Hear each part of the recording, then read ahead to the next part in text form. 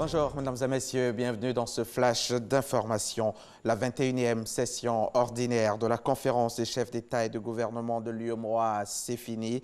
Elle a eu lieu ici à Abidjan. C'était hier, donc vendredi, en présence de 7 chefs d'État. Elle a entre autres procédé à l'examen de plusieurs rapports, dont celui sur l'état de l'Union pendant l'année 2018. Un communiqué final a sanctionné les travaux. Il fait état de plusieurs résolutions et l'accent a été mis sur la question sécuritaire dans les différents pays. Je vous propose d'écouter le président de la commission de l'UEMOA. La conférence note que la crise sécuritaire affecte négativement les performances des États membres en matière de convergence macroéconomique. À cet égard, les chefs d'État et de gouvernement exhortent les États membres à prendre les mesures indispensables à l'atteinte des objectifs fixés par le pacte de convergence à l'horizon 2019. S'agissant de la revue annuelle des réformes, politiques, programmes et projets communautaires, la conférence se félicite des progrès réalisés par les États de l'Union avec un taux global de mise en œuvre des réformes de 69% en 2018 contre 62% en 2017. Elle encourage la Commission à poursuivre ses actions en vue de l'atteinte des objectifs assignés. La conférence se réjouit du lancement du dispositif de soutien au financement des PME-PMI de l'Union.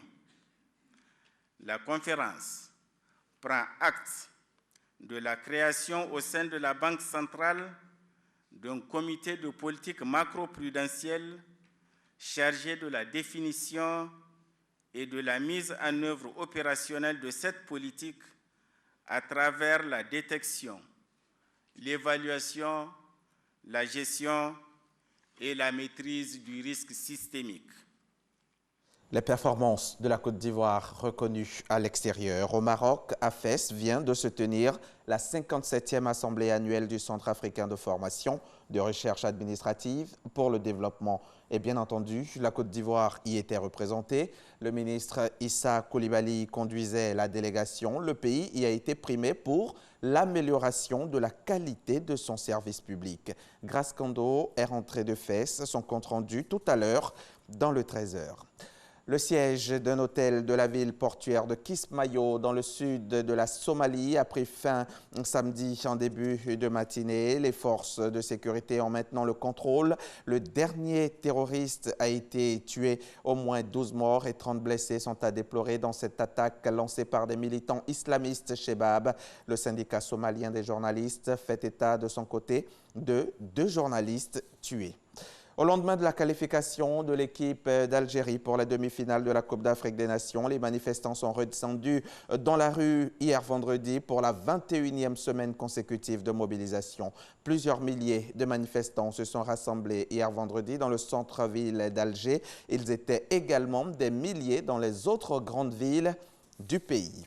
La police de l'immigration américaine lancera dimanche une opération massive d'arrestation de clandestins. Habituellement, ces opérations ne sont pas annoncées à l'avance afin de ne pas alerter les personnes ciblées.